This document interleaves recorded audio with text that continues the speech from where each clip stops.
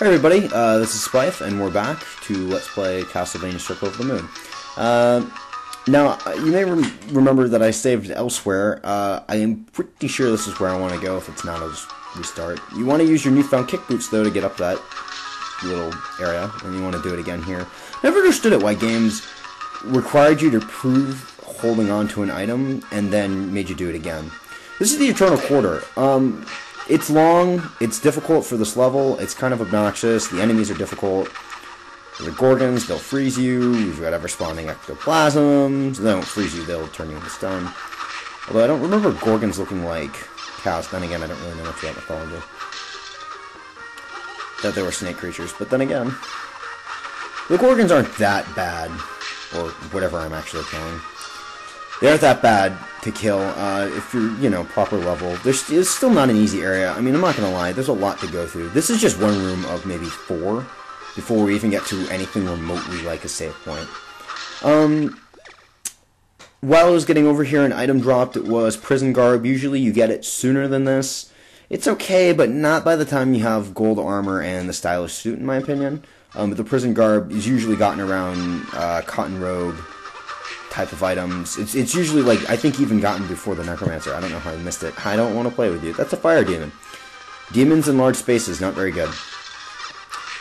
He might drop a DSS card, but I doubt it. And I'm not going to play with him. Here's another enemy that's obnoxious. I'm pretty sure the werebears have a lot of fun. No, we can kill them in one throw. Oh. And these enemies are, I think there's 2 or 3 of them, 2 or 3 different kinds. They have a blind spot right in front of them, and I think it's the same place for each, so as soon as you figure that out, you're pretty much set. Except for life. Whip you in the face. Ooh, blind spot. Yep.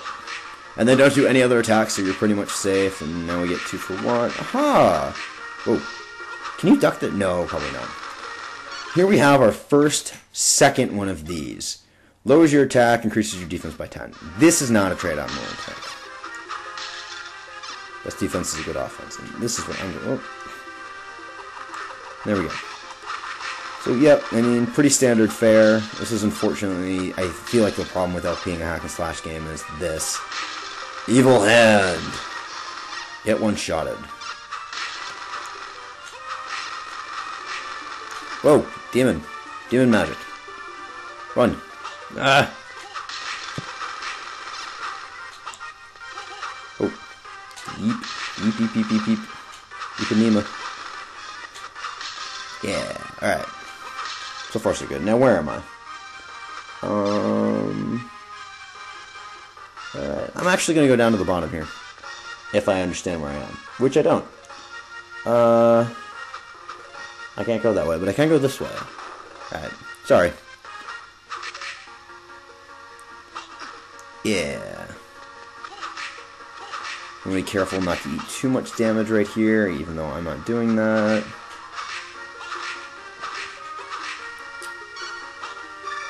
Heart max increase. And that item I just picked up, and I think it's the first one, is the only way to replenish your hearts without actually getting a heart drop. Kind of sad. There might be DSS combo, but I'm not going to bet any money on it. Not that I remember. Not that I ever remember using, at least. Yep. So yeah, you know, the one fault of the Gorgons is that they have a really large hurt box, which I think I might be saying that. That might be the wrong word. I don't know. They have a really large area to hit because they're so long. Usually with enemies, you need to place it right on their core, but not with the Gorgons. And I think there's a demon in here. I guess not. And I want to go down to the bottom. Hopefully there's not too much to deal with. Wow.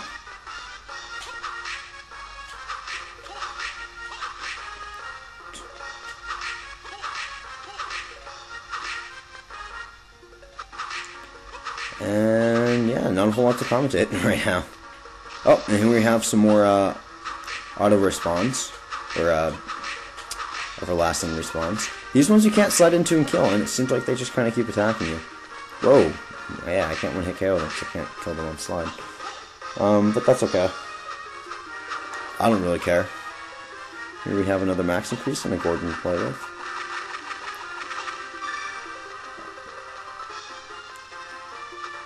And we have an interesting enemy. I don't know if they actually come up anywhere else. A skeleton boomerang. Kind of a ridiculous creature. And here's another heart max increase. Now we have... Oh, those give 6 hearts. Huh. Now I have 142. Yeah, it gives double the hearts you increase. That's interesting. I didn't know that. Learn something new every day. Get rid of some of those. Okay, now, I don't actually think we want to go that way at all, in the least. I'm so lost for some reason. Yeah, no, that's not where we want to go. Although that's a really interesting area, and I think I'm going to fiddle around there in other places on a different playthrough. But definitely not on this one. And definitely not at this point. Alright, now we have a warp point. And remember how I said it was a long way until we get to any sort of thing that's like a save point? This is wise, because this isn't really a save point. I'm going to keep going, though. I think we're back to where I was. Yeah, I'm going to keep going. I'm going to go and hit for the save point instead of try and save out of there, out of one of those warp points, because I don't want to. This is the Chapel Tower, though. This is the 4th area, or at least the place with the 4th boss. Ooh. We have our friend the Flame Armor, who probably isn't that hard anymore. I guess he is. And, wow, that was close. Yeah, I mean, warp points I feel like are best for, you know, going and finding a save point when you're not nearby one. I'm close enough, and I've got enough health where I think I can make it. I know I can make it. A little bit of confidence.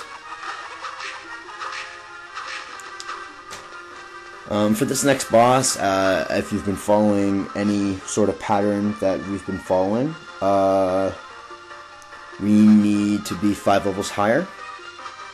And here's the save point. I have no idea how long we've been going for. I'm going to go do... Oh, I can't do that. Well, I'm going to farm. I'm going to show you what I'm going to farm on, and I'm going to farm for a DSS card. It's these things. These things are kind of annoying. You can 2-hit KO them at this point. I'm going to be farming for a DSS card, Mars, and I will meet you back when I find one. So I'll see you guys in a second. Hey everybody, I'm back. That took a really long time. Here's the card I wanted. And I'm about to show you why I wanted this card. I feel like this is one of the best... That's one of the best action cards. You get a sword. Now, you might not think that's very good, but you do... Well, not against him, that's not going to be very good. You don't only get a sword. I mean, for the first 3, I think you get a sword. I think you get 10% more strength, which is good. Wow. And you get to attack above yourself, which is also very fun. And you get a lot more range. Whoa! I need to kill this thing. I'm actually going to go save. And this is, in my opinion, the best way to take out the armors. Ooh, tricky. I'm not gonna make that. Alright, anyways. Yeah, I'm actually gonna go heal. This is really good. A lot of this needs to get cut. That took me a really long time, though. I was actually about to go check and make sure that they even dropped them. In fact, you know what, and I don't want to do this. I'm going to make use of a save state on the off chance that something goes wrong with the recording, because otherwise I'm basically going to lose that section. So, I mean, like, I'm only going to use save states for saving now until I get to the next section and find out that I'm okay. Find out that my software didn't mess up, or I didn't mess up. Human error is a big part of this. Ooh, right. So yeah, I mean, it took a really long time for me to get them. Also because they're really kind of hard to kill. This is here. You can break it. Inside there's a hyena with a MP max, which is good. In fact, this is the best place, in my opinion, to farm for the swords. It's a little away from the save point, though, but you get... It's very easy to provoke 3 swords to attack you. But yeah, I never really used swords on my original playthroughs of this game. Up until my test playthrough to do this LP. Whoa, I'm really not doing very good at all. Up until my test playthrough for this LP, and I found out just how good they actually are. Well, what's over here? Where am I going? And yeah, I mean, I really do feel like I'm not doing that, and then I'm not going to do that either. There's a heart max and a MP max over here. I'm not going to go get them. I really, at this point, only care about HP maxes, and I'd rather not die. Whoops. So I'm sorry. Yeah, but I really found a newfound love for the swords. I mean, they do more damage than the whips. They have about the same amount of range, and I think they're probably the same frame advantage too, and they can attack above you, which is a lot more useful than you'd think. I got a bunch of arm guards. I don't think I got any new armor that I'm at least equipping. Here's a new enemy, the Marionette. If they hit you, they curse you. Curse is bad. You don't like curse. For all intents and purposes, though, swords are really good for bosses, in my opinion. Whoa. Swords are really good for bosses. I mean, your luck, you lose the 25% luck. But whatever. Oh, I actually got hit by a marionette. Curse means you can't attack. That is bad for the most part. You can still slide and you can still tackle, but, I mean, you can't, use your normal attack. Thank God. Alright. I'm going to call this video quits for now. I'm Splife, and this has been Let's Play Castlevania Circle of the Moon. See you guys. And I just saved. That was unwise.